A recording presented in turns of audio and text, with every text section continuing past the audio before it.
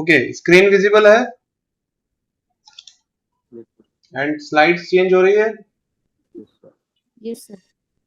Okay.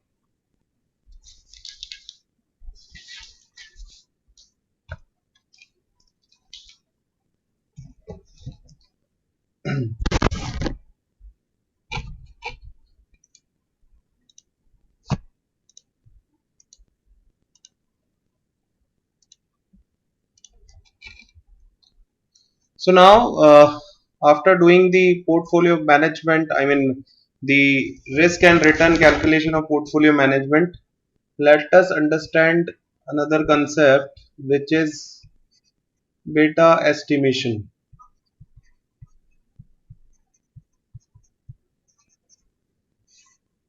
Now, जैसा कि हमने पहले पढ़ा है that unsystematic risk which arises on account of firm specific factors can be eliminated or diversified by investing in a large portfolio of securities. Means unsystematic risk जो है उसको हम डाइवर्सिफाई या टू सम एक्सटेंट एलिमिनेट कर सकते हैं by using the portfolio of I mean N number of securities depending on the situation. But जो systematic risk है which is associated with market conditions like boom, recession, recovery, and it is dependent on the market and which is unavoidable even by diversification. हमने पहले भी बात की है कि systematic risk जो होती है we can not diversify it, we cannot avoid it by the tool called as diversification. So the systematic risk of an individual security is measured in terms of its sensitivity to market movements based on market index like Sensex.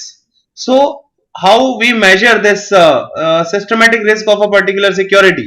So it is measured in terms of its sensitivity to market movements.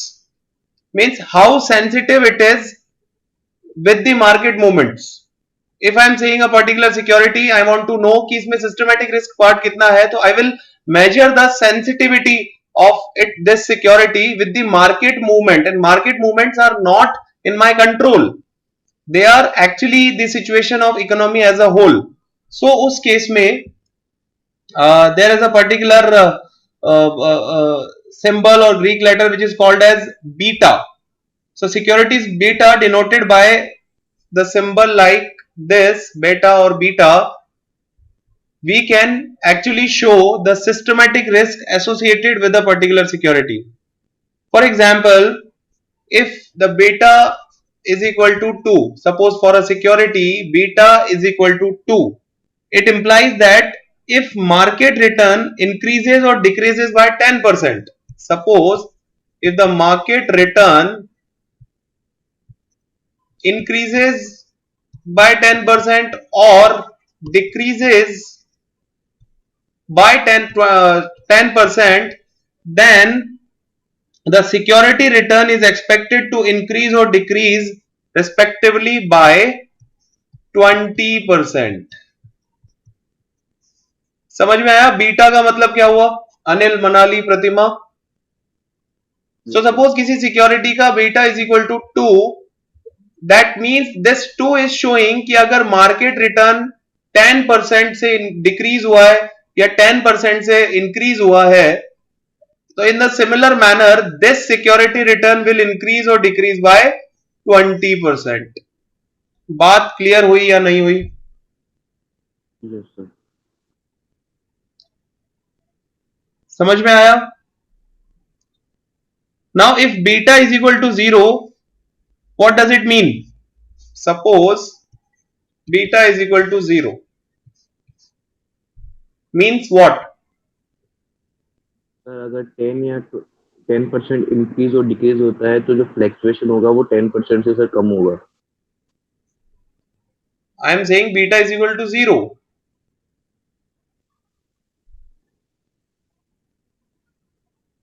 कम ज्यादा की बात ही नहीं है. Beta is equal to 0 means the security is risk free. There is no systematic risk associated with the security. अब ऐसा हो सकता है क्या? सर गवर्नमेंट सिक्योरिटी में चांसेस है। Exactly.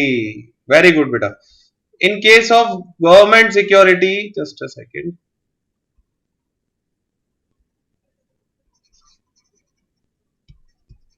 This is possible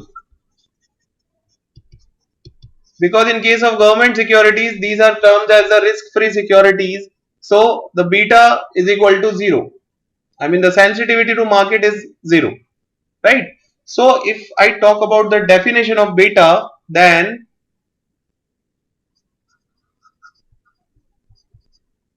beta is a measure of the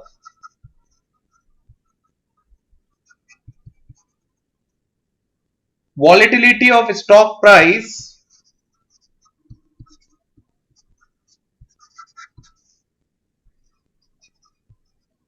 stock price in relation to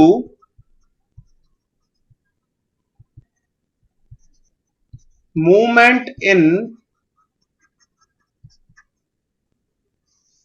the stock market or stock index of the market. So if someone asks you what do you mean by beta, so you can clearly say that a beta is a measure of the volatility of stock price in relation to the movement in the stock index of the market. Clear hai?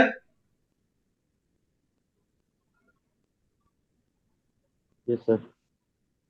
Right? So beta, what beta shows? Beta shows the riskiness of a security. Higher the value of beta, higher the risk.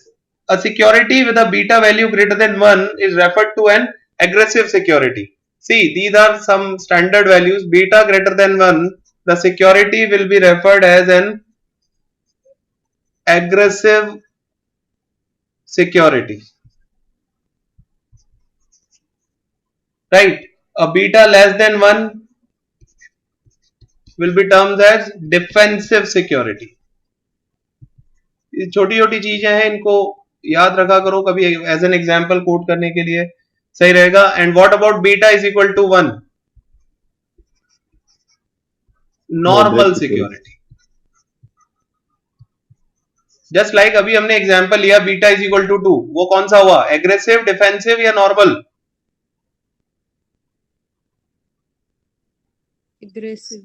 Aggressive security. Why? Because आप देख लो market तो 10% से change हो रहा है, but उसके response में ये 20% से चेंज हो रहा है. तो मार्केट इंक्रीज जब 10% हो रहा है तब तो you will say wow very good, but what in case the market is decreases by 10%, that means you will have a loss of 20% in the return of the security.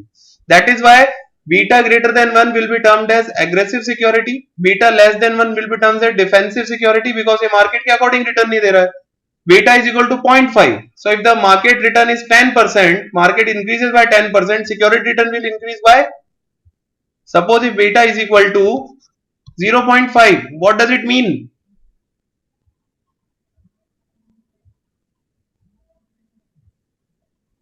Yes, Anil, Pratima, Manali, sir जो beta is beta equal की to value में 0.5. हाँ, sir जो वो securities की value में change हो गए सर, वो मार्केट के अकॉर्डिंग नहीं होके सर, वो मतलब मार्केट में चेंजेस से कम ही चेंजेस होगा सर। कम नहीं, एग्जैक्ट बोलो ना, 0.5 है. So if the market increases by 10%, आपकी सिक्योरिटी कितना इंक्रीज होगी? Sir 5%। 5%. If market decreases by 10%, your security will decreases by 5%, means half the market return. इसीलिए बीटा लेस देन 1 को क्या बोला है? डिफेंसिव सिक्योरिटी बोला है. And beta is equal to 1, that is normal. Market 10%, security is also 10%. Sir ये बोल सकते हैं कि डिफेंसिव सिक्योरिटी वो सिक्योरिटी होगी जो लॉन्ग टर्म में इन्वेस्ट करेंगे सर। डिफेंसिव सिक्योरिटी वो सिक्योरिटी होगी जो लॉन्ग टर्म में इन्वेस्ट करेंगे. नहीं, आप एग्रेसिव सिक्योरिटी में भी लॉन्ग टर्म करो ना, क्या दिक्कत है? Okay sir. अगर आप एग्रेसिव सिक्योरिटी का रिटर्न का आप कह रहे हो कि सर बहुत ज्यादा है, बिल्कुल सही है. अगर आपका जो है उसका रिटर्न का ग्राफ, मार्केट रिटर्न सपोज ये है, तो आपकी एग्रेसिव सिक्योरिटी का जो रिटर्न का जो ग्राफ बनेगा वो कुछ इस तरह का बनेगा.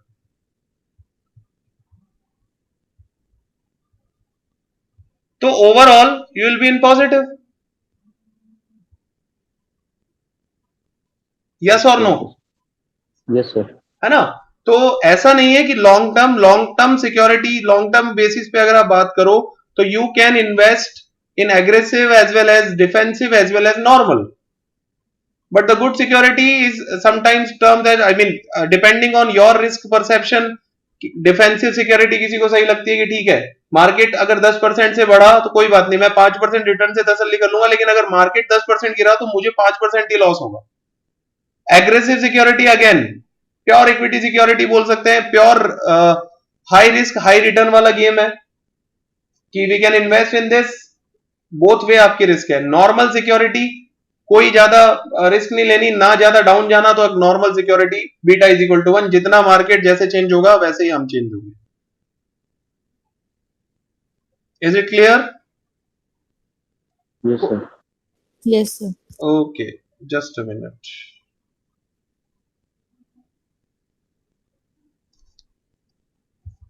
Now there are certain assumptions of beta coefficient, वो मैं नहीं बता रहा हूं, वो आप एक बार जब आपको ये पीडीएफ मिले इसमें पढ़ लेना, नहीं समझ आए तो you can ask. Now calculation of beta.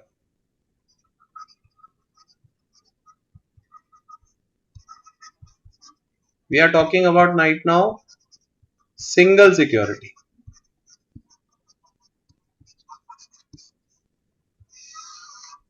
So calculation of beta in case of single security, the formula I am directly going on to that. Beta is equal to covariance between security A and market divided by variance of market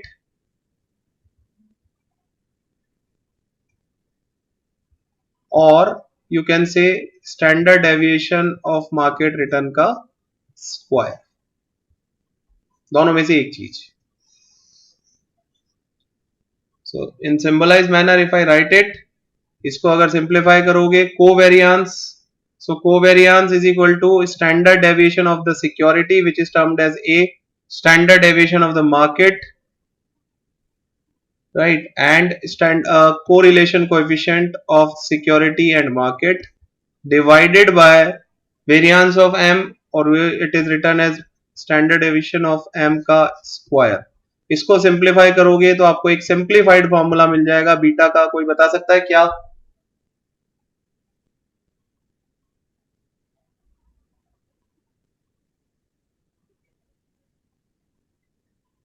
ये simplify हो सकता है?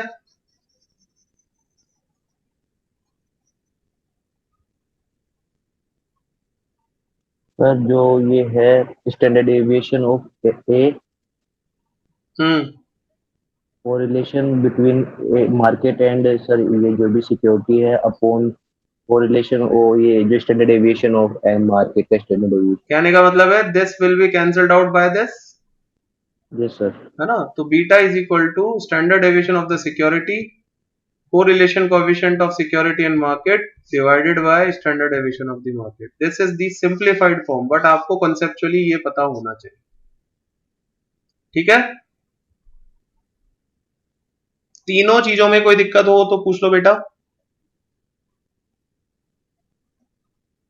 No sir. Sir इसमें मतलब यही समझ में आ रहा है कि जो रिस्क होगी उससे कैलकुलेट होगा, रिटर्न का कोई मतलब नहीं हो जाता. हाँ, आई मीन आपको, अब बात आप सही कह रहे हो, लेकिन एक बात बताओ, अगर कोरिलेशन कोएफिशिएंट आपको नहीं दिया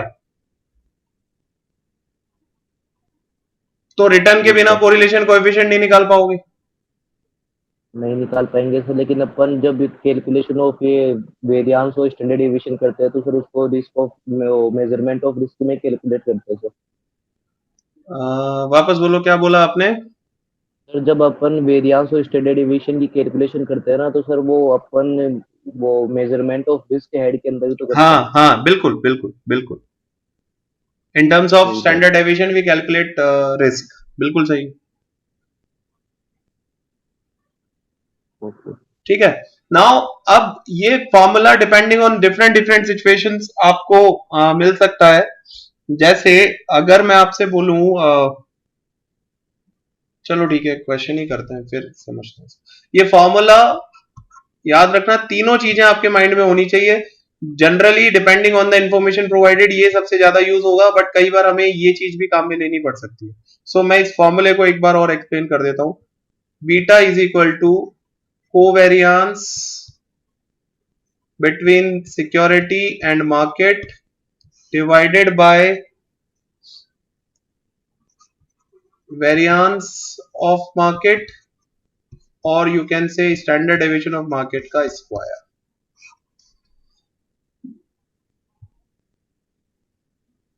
Now अगर कोवेरियंस कैलकुलेट करना पड़ जाए, covariance between security A and M, तो कोवेरियंस का भी हैव अ फॉर्मूला और हमने किया हुआ है, उसी फॉर्मूले को मैं काम में ले सकता हूं यहाँ।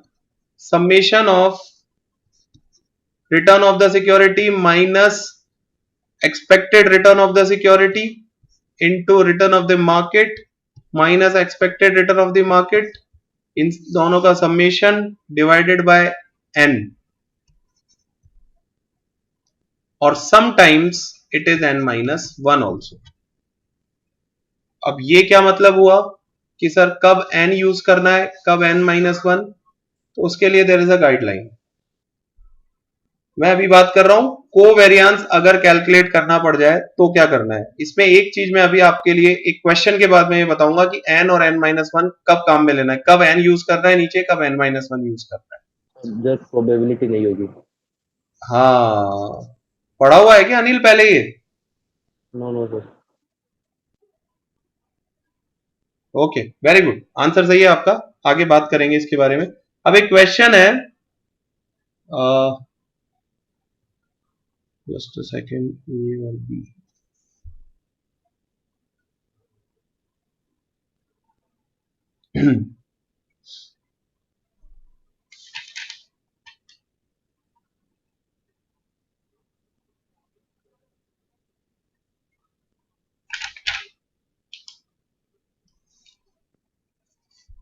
सम डेटा इज गिवन, आपको ईयर वाइज डेटा गिवन है। ईयर आर सपोज 2004, 2005, बहुत पुराना डेटा है, क्वेश्चन भी पुराना ही है, 2006 suppose.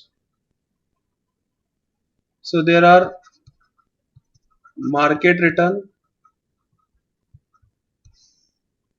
and there is a company A. There is a company with name A. The return of that company is given year wise. So in case of market, it is 12, 11, 9%, and for company it is 13, 11.5 and 9.8. This is the data is given. और आपसे सीधे सीधे पूछ लिया, determine the beta coefficients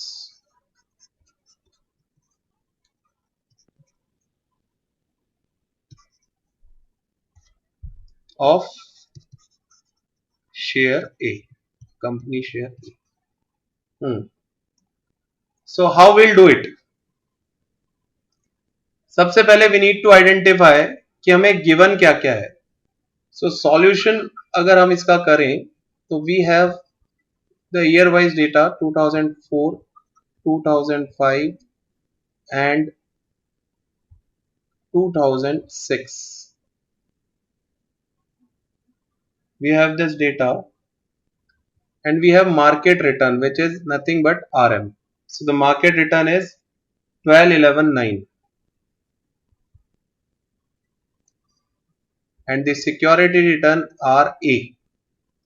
Let's suppose, so the security return is 13, 11.5 and 9.8.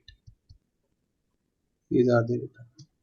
So we have, for calculating the beta, we have the formula as covariance between A and M divided by standard deviation of M ka square, or we can do it like standard deviation of M, standard deviation of A, R A and M divided by standard deviation of M ka square, or the simplified formula is standard deviation of security into correlation coefficient between security and the market divided by standard deviation of the market. We can use any of the way. अगर simplified manner में जाते हैं तो we can use this. Now you tell me कि इसके अंदर we need standard deviation of the security, we need correlation coefficient and we need standard deviation of the market. कैसे calculate कर सकते हैं हम? पहले तो मार्केट का और सिक्योरिटी का रिटर्न निकालनी पड़ेगी सर। मार्केट का और सिक्योरिटी का रिटर्न निकालना पड़ेगा। रिटर्न तो है, एक्सपेक्टेड रिटर्न पता करना पड़ेगा। एक्सपेक्टेड रिटर्न, यस सर, है ना? अब एक्सपेक्टेड रिटर्न प्रोबेबिलिटी नहीं है तो कैसे निकालेंगे सर? इनका टोटल करके जो एन है उनका डिवाइड हो जाएगा। बिल्कुल। सो सबसे पहले will calculate the RM bar. So RM bar is 12 plus 11 plus 9 divided by 3, 10.67। 10.67। 10.67 ये 30 हो गया क्या? 32 हो गया ये, है ना? ठीक है। So 10.67 and then we will calculate the RA bar. So RA bar is equal to 13 plus 11.5 plus 9.8 divided by 3. प्रतिमा मनाली समझ में आ रहा है? Yes sir. कहीं भी नहीं आया तो प्लीज पूछ लें। Yes sir. सो इनका एवरेज कितना आया? 11.43। 11.43। 10.67 11.43 ये निकल गया। अब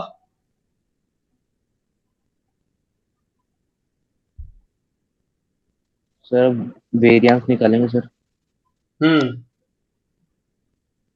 कैसे सर? जो ये है आर एम है, इसमें से माइनस आर बार एम कर देंगे सर। तो हमें निकालना है दोनों का स्टैंडर्ड डेविएशन या वेरिएंस हमें निकालना पड़ेगा। कुछ भी बोल दो। सो स्टैंडर्ड डेविएशन अगर मैं मार्केट का निकालूं तो फॉर्मूला क्या होगा? समेशन RM माइनस RM बार का स्क्वायर अपॉन n और उसका रूट। हाँ अनिल, यस सर। है ना? आपने वेरिएंस बोला तो आप इसका रूट मत लगाओ तो वेरिएंस हो जाएगा, यहाँ स्क्वायर लगा दो। बात एक ही। Yes sir. एंड सिक्योरिटी का भी standard deviation of A is equal to root of summation RA minus RA bar का स्क्वायर डिवाइडेड बाय n। तो मीन मुझे अब यहाँ पे कॉलम बनाना स्टार्ट करना है। First I will find RM minus RM bar and then I'll take RM minus RM bar का square. Similarly, I'll go with RA minus RA bar and then RA minus RA bar का square. So quickly फटाफट चारों columns की value find out करो और हमें क्या चाहिए? हमें इसका टोटल चाहिए और हमें इसका टोटल चाहिए।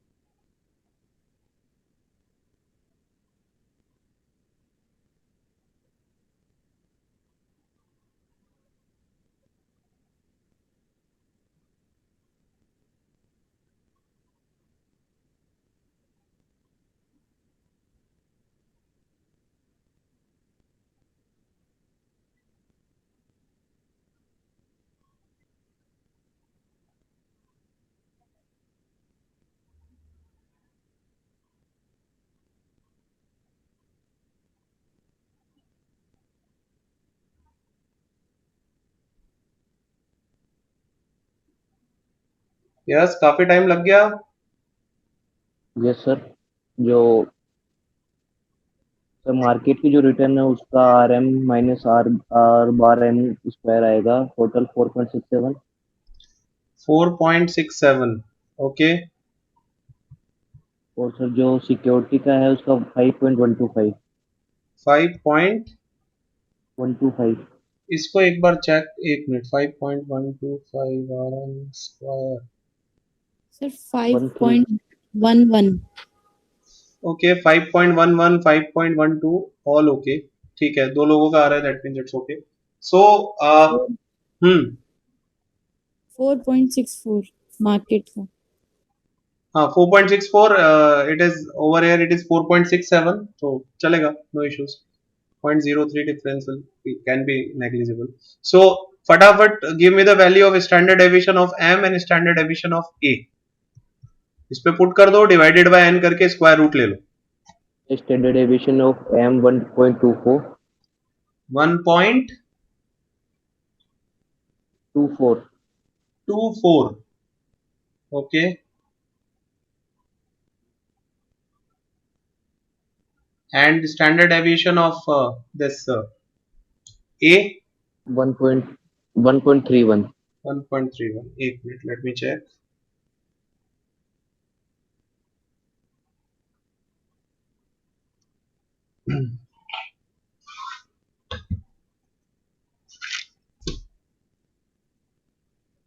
Yes, sir. 1.24. Okay, दो लोगों ने कंफर्म किया है, that means right.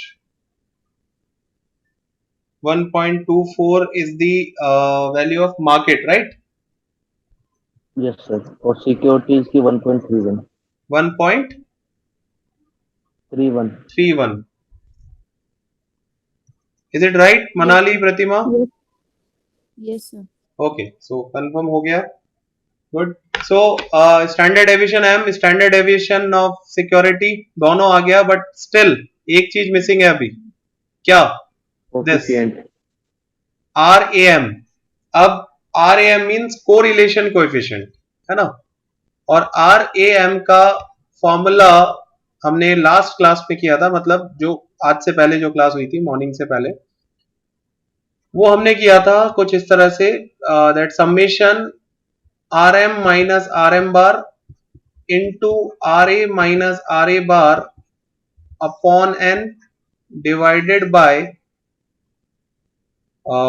if we take it n, yes, standard deviation of m and standard deviation of A। याद आ रहा है?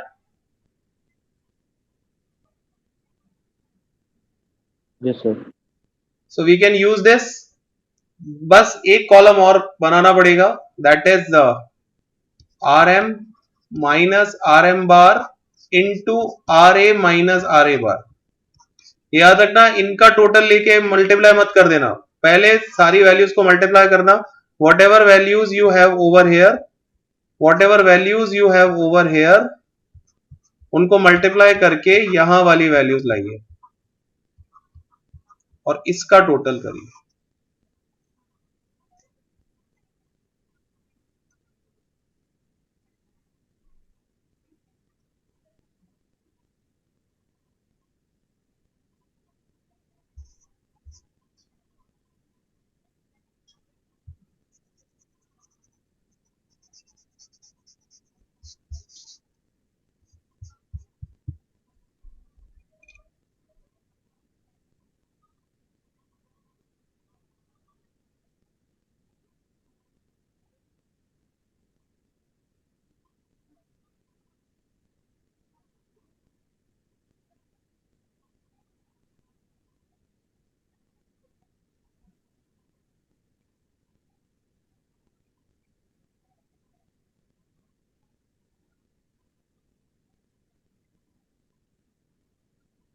कितनी आएगी value total?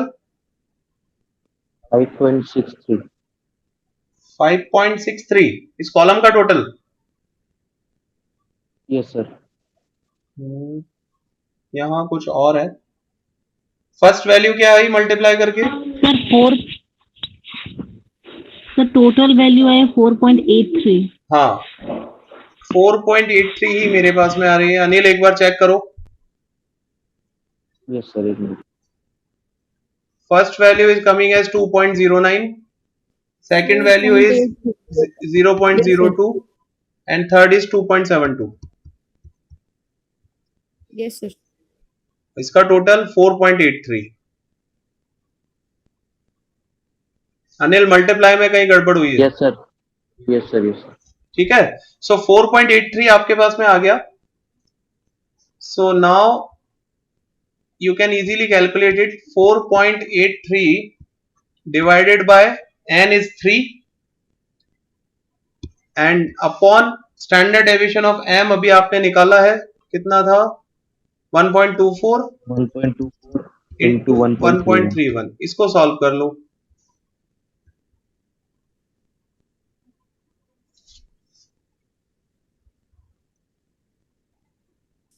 Two point nine nine. हाँ 2.99. 2.99। ओके, कोई एक और कंफर्म करो।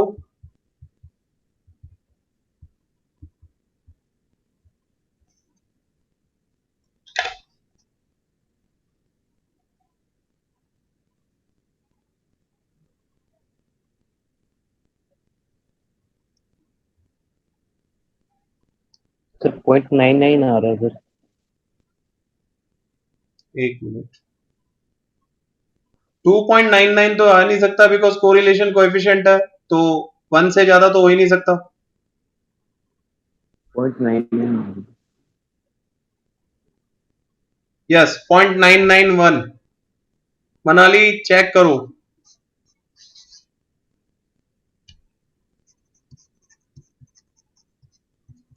Zero 0.99। It is just simple. इसको आप कैलकुलेट करोगे तो 4.83 डिवाइडेड बाय 3 इंटू 1.24 इंटू 1.31। इसको मल्टीप्लाई कर लो, 4.83 में डिवाइड करोगे तो 1 से कम। बिकॉज हमेशा याद रखो this are can be greater और इक्वल टू -1, लेस देन और इक्वल टू +1। Sir. इससे बाहर हो ही नहीं सकता, Yes, sir. Yes, sir. है ना। सो 0.99 ये आ गया आपके पास पे।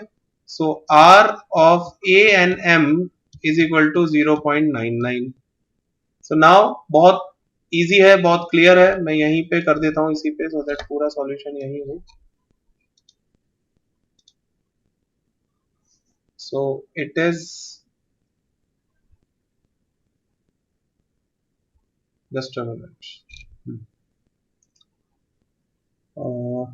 Yes, so beta is equal to standard deviation of A 1.31 into 0.99 divided by 1.24।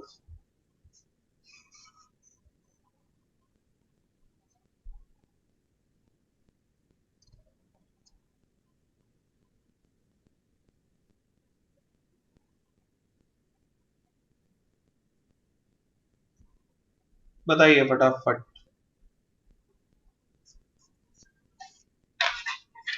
It is the value of beta।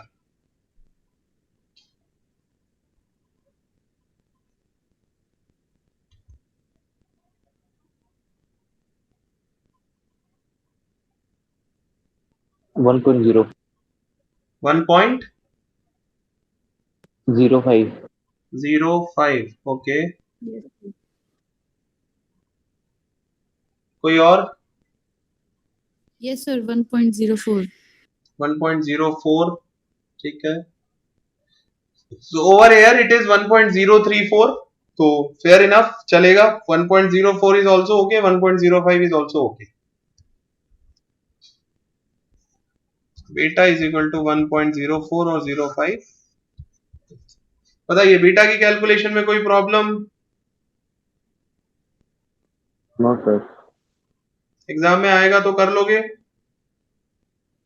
Yes, sir. ठीक है, सो राइट, ये अपना एक मिनट और क्या बचा इसमें अब नेक्स्ट। ठीक है, right. So the only thing which is remained is कि बीटा ऑफ अ पोर्टफोलियो कैसे कैलकुलेट होता है। बहुत इजी है वो, लेकिन एक बार नेक्स्ट क्लास में उसको और डिस्कस कर लेंगे। So the beta of a portfolio, how to calculate it, उसके अलावा कुछ नहीं बचा है इसमें। And beta of a portfolio again एक न्यूमेरिकल कर लेंगे, बट सिंपल सा बता देता हूं, जो उन सिक्योरिटीज का इंडिविजुअल बीटा है उसको उन सिक्योरिटीज के प्रपोर्शन से मल्टीप्लाई करके ऐड कर दो, तो बीटा ऑफ पोर्टफोलियो आपको मिल जाएगा। मैं सिर्फ एक लाइन बोल रहा हूं, इंडिविजुअल सिक्योरिटीज का जो बीटा है उनको उन सिक्योरिटीज का जो प्रपोर्शन है उनसे मल्टीप्लाई करके ऐड कर दोगे तो आपको पोर्टफोलियो का बीटा पता चल जाएगा। समझ आई मेरी बात? जैसे वेटेज से सर। हाँ, वेटेज इनटू बीटा। जैसे एक छोटा सा भी कर ही लेते हैं, इसको फिनिश ही कर देते हैं। Beta of a portfolio,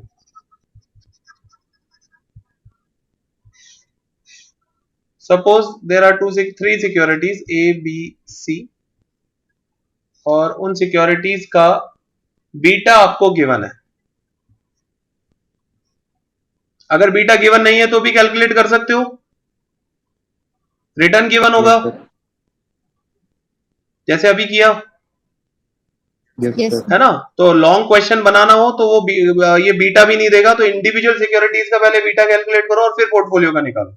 but over here 1.6 तो ए सिक्योरिटी का आ रहा है, 1.2 बी सिक्योरिटी का आ रहा है, और 0.8 सी सिक्योरिटीज का है, और इनका जो प्रपोर्शन है वो आपको गिवन है। सो द प्रपोर्शन इज 50% तो इसका है, 20% बी का है, और 30% सी का है। तो इससे जो पोर्टफोलियो बना एबीसी मिला के, उस पोर्टफोलियो का बीटा अगर अपन निकालें, beta of portfolio, then 1.6 multiplied by इसका weightage which is 0.5 plus 1.2 multiplied by उसका वेटेज 0.2 प्लस 0.8 मल्टीप्लाइड बाय उसका weightage 0.3, beta of the portfolio आपको मिल जाएगा। 1.6 into this 0.8, 12 into 2 0.24, and 8 3 जा 24, so 0.24 ये आ गया। टोटल करोगे 48 and 8, 0.8, अच्छा 48 and 1.28, so beta of the portfolio is this. So basically beta of a portfolio is nothing but the summation of weightage Wi multiplied by beta I, where I can be 1 to whatever number of securities, उनका summation कर दोगे तो आपको मिल जाएगा beta of a portfolio. बताइए कोई दिक्कत इसमें? No sir. कर लोगे इसको? ठीक है। yes, sir. तो this is all we have about portfolio management. अब जो भी 1 2 3 जो भी क्लासेस और अपन अपनी आती हैं उसमें और इसको आगे बढ़ाएंगे कि पोर्टफोलियो मैनेजमेंट में रिस्क एंड रिटर्न की कैलकुलेशन में इतना ही पढ़ना है। Just a minute.